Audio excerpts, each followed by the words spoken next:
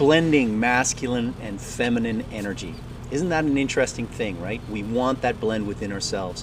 And the reason for it, more for me, I think, than anything else, when I hear about masculine energy, the constant conversation that I hear over and over again is toxic masculine energy.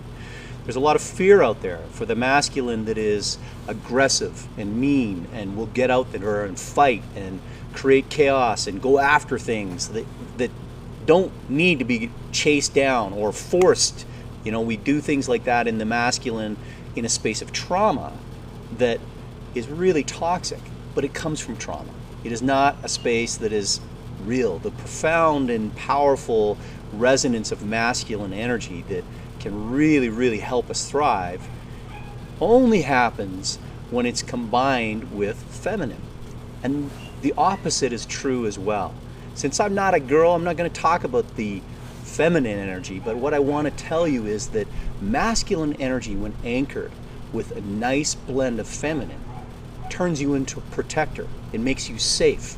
It turns you from aggressive to exciting. It turns you into somebody that can walk into a space and provide safety for everyone, because you are strong, you are powerful, you know how to get what you want, but you also can stand back and be what we call the true alpha. At least I call the true alpha is somebody that can let someone else dominate the room. You can stand and appreciate their power and support them rather than be the one and only purveyor of all strength and all protection for everyone. You have space for everyone because you have blended yourself.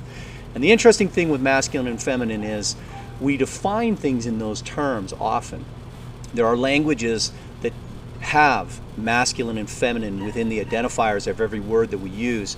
And in those languages, if you look at, say, French, which defines a bridge as a masculine thing, and German that defines a bridge as a feminine thing, the words used to describe the same bridge are very different.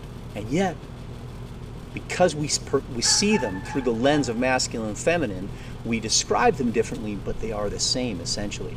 And so within ourselves, if we blend those concepts of masculine and feminine, hold them, rather than say, I reject that, I'm a man, I'm not feminine, say, this is energy I need, the yin and the yang, that perfect circle, and you walk the middle divide precariously, because it's hard to hold both blends of energies and be powerful. But when you do, when you can truly do that, there is another level of success and engagement and excitement that you can find in your life. We need both. We need to be able to blend them to find our true power. That's what I think that we need to do with masculine and feminine energy. And this is how I do it. I'm James. Thanks for joining me.